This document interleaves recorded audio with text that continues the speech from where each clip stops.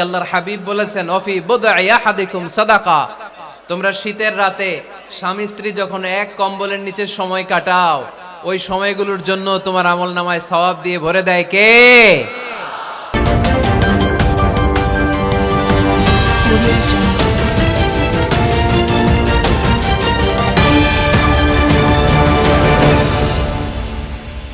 আল্লাহ রাসূল সাল্লাল্লাহু আলাইহি ওয়াসাল্লামের 3 ছেলে ছিল, একজনও বেঁচে ছিল না। আল্লাহ নিয়ে গেলেন ছোটবেলায়। 4 মেয়ে ছিল, ওনারা বেঁচে ছিলেন। রুকাইয়া, যায়নাব, উম্মি কুলসুম আর ফাতেমা। আওয়াজ করে পড়েন সুবহানাল্লাহ। ফাতেমা রাদিয়াল্লাহু তাআলা আনহাকে আল্লাহ রাসূল সাল্লাল্লাহু আলাইহি ওয়াসাল্লাম খুব বেশি ভালোবাসতেন। আল্লাহ রাসূল সাল্লাল্লাহু আলাইহি ওয়াসাল্লাম বলতেন ফাতেমা তু বিদউম মিন্নি, ফাতেমা আমার কলিজার টুকরা। যে ফাতেমারে কষ্ট দেয় সেজন্য আমি নবীকে কষ্ট দেয়, আর যে ফাতেমার মুখে হাসি ফুটায় সেজন্য আমি বিশ্ব নবীর মুখে হাসি ফুটাই। সুবহানাল্লাহ। রাসূল সাল্লাল্লাহু আলাইহি ওয়াসাল্লাম কোন সফরে গেলে সব শেষে ফাতেমা রাদিয়াল্লাহু তাআলা আনহার সাথে দেখা করে যেতেন। আবার সফর থেকে যখন আল্লাহ রাসূল সাল্লাল্লাহু আলাইহি ওয়াসাল্লাম ঘরে ফিরতেন তখন এসেই আল্লাহ রাসূল সাল্লাল্লাহু আলাইহি ওয়াসাল্লাম ফাতেমা রাদিয়াল্লাহু তাআলা আনহার সাথে দেখা করতেন। নারীদেরকে খুব ভালোবাসতেন, বলতেন রিফকাম বিল কাওয়ারির, কাচের গ্লাসের সাথে আল্লাহ রাসূল নারীদেরকে তুলনা দিয়েছেন। কাচের গ্লাস যেমনি আস্তে রাখি, আস্তে ধরি, আস্তে উঠাই, আমাদের মা বোনদের সাথে যেন আমরা খারাপ আচরণ না করি, আমরা যেন মেজাজ না দেখাই, আমরা যেন মুচকি হাসি দিয়ে কথা বলি। এদিকে বিবাহিত আছেন কারা কারা আজকে দেখি? বিবাহিত? এই ছোট বাচ্চারা তোমরা হাত তুলো না আবার। মাশাআল্লাহ, হাত নামান। আপনারা বাসায় রাগারাগি করেন না তো? ভাবিদের সাথে রাগারাগি করবেন না। আপনার ব্যাপারে ভাবিদের কাছ থেকে আল্লাহ তাআলা সার্টিফিকেট নেবেন। খায়রুকুম খায়রুকুম লিআহলি, তোমাদের মধ্যে আল্লাহর কাছে ওই ব্যক্তি সবচেয়ে সেরা যে তার স্ত্রীর কাছে সেরা। এজন্য স্ত্রীর সাথে ভালো আচরণ করবেন, মুচকি হাসি দিয়ে কথা বলবেন। আল্লাহ রাসূল বলেছেন তাবাসসুমুকা ফি ওয়াজহি আখিকা সাদাকা, your smile to your brother it's a charity. তুমি তোমার ভাইয়ের দিকে তাকিয়ে যে মুচকি হাসি দাও, ওই মুচকি হাসি দিলেও সৎকার সওয়াব দেয় কে? আপনি স্ত্রীর সাথে মুচকি হাসবেন, সওয়াব আছে না নাই? স্ত্রীকে ভালোবাসার কথা শোনাবেন, সওয়াব আছে না নাই?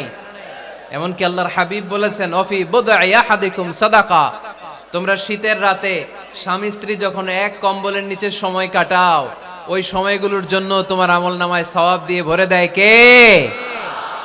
এজন্য আজকে থেকে মুচকি হাসি দিয়ে কথা বলবেন, আগে সালাম দিবেন। স্ত্রীকে আগে সালাম দিতে রাজি আছেন তো?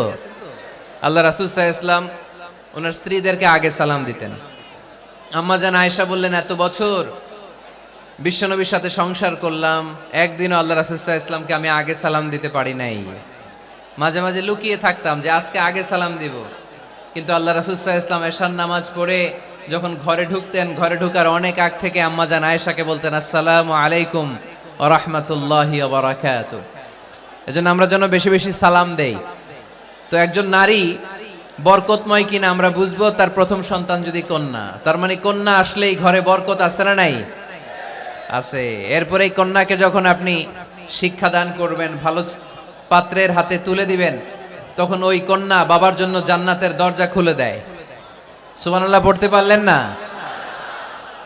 এরপর সে যখন কারো স্ত্রী হয় তার কাছ থেকে আল্লাহ তাআলা সার্টিফিকেট নেয় স্বামীর ব্যাপারে। তারপর যখন সন্তান সম্ভবা হয়, অনেক নারী বাচ্চা ডেলিভারি করতে যেয়ে মারা যায়। সন্তান ডেলিভারি করতে যেয়ে যে নারী মারা যায় ওই নারীদেরকে কিয়ামতের দিন আল্লাহ শহীদদের কাতারে দাঁড় করায় দিবেন। আর যদি সহি সালামতে বাচ্চা ডেলিভারি করতে পারে তাহলে ইসলাম বলে আল জান্নাতু তাহতা আকদামি উম্মাহাতিকুম, ও দুনিয়ার পুরুষেরা শোনো, তোমাদের পায়ের নিচে থাকে জুতা, জুতার নিচে থাকে বালু, আর এক একটা মায়ের পায়ের নিচে থাকে তার ছেলে মেয়েদের জান্নাত। পড়েন সুবহানাল্লাহ। ওগো মা তুমি এই ধরনের শ্রেষ্ঠ নিয়ামত, তোমারই পদ তলে রয়েছে জান্নাত। ওগো মা তুমি এই ধরনের শ্রেষ্ঠ নিয়ামত, তোমারই পদ তলে রয়েছে জান্নাত। সুবহানাল্লাহ পড়েন।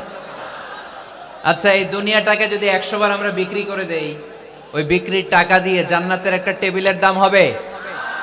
এই দুনিয়াকে 2000 বার বিক্রি করে দিলে যেই টাকা পাওয়া যাবে ওই টাকা দিয়ে যদি জান্নাতের একটা চেয়ার কিনতে চাই, ওই চেয়ারের দাম হবে। তাহলে যে মায়ের দুইটা পায়ের নিচে আল্লাহর 8টা জান্নাত পড়ে আছে, ওই 8টা জান্নাতের ওই পা দুইটার দাম কত?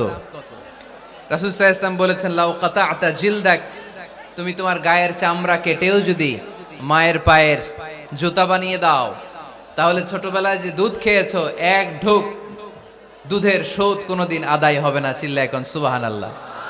মায়ের এক ধার দুধের দাম, কাটিয়া গায়ের চাম, পাপোশ বানাইলেও ঋণের শোধ হবে না। এমন দরদি ভাবে কেউ হবে না আমার মাহাদু, ঠিক কিনা? এজন্য মা বাবা যাদের বেঁচে আছে, আমরা যেন মা বাবার কাছ থেকে দোয়া নেই। পীর সাহেবের কাছে যদি দোয়া নিতে যান, দোয়া কবুল হতেও পারে, নাও হতে পারে।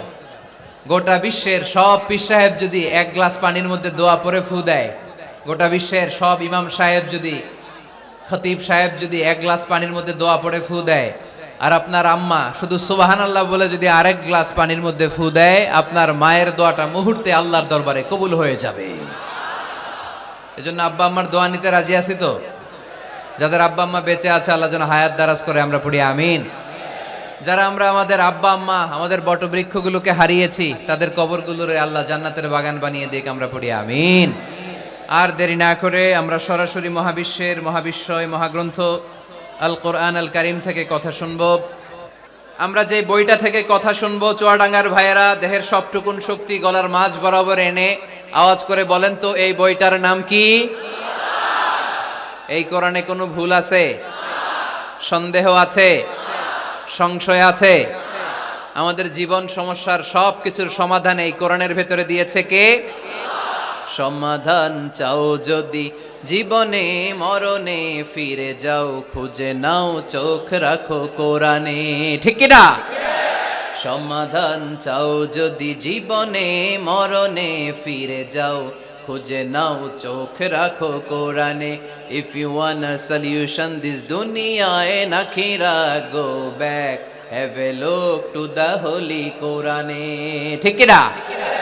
এজন্য আমরা সমস্যার সমাধান চাইলে চোখ রাখতে হবে যেই কিতাবের দিকে, কিতাবটার নাম আল কোরআন। এই কিতাবে কোনো ভুল নাই, এই কিতাবে কোনো সন্দেহ নাই, কোনো সংশয় নাই। এই কিতাবে যে সন্দেহ নাই, এই কথা কোরআনে বলে দিয়েছে কে?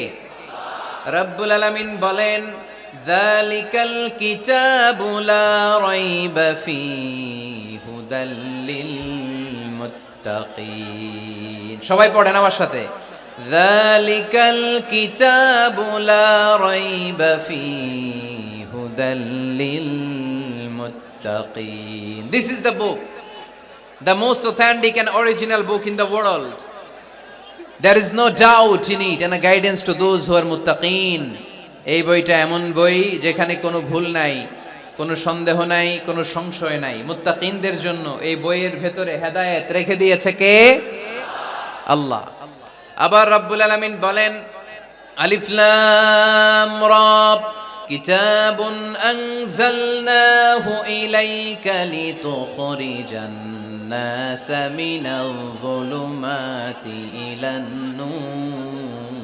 O Muhammad sallallahu alayhi wa sallam, I've revealed this holy and sacred book unto you in order to lead the mankind out of darkness into the light.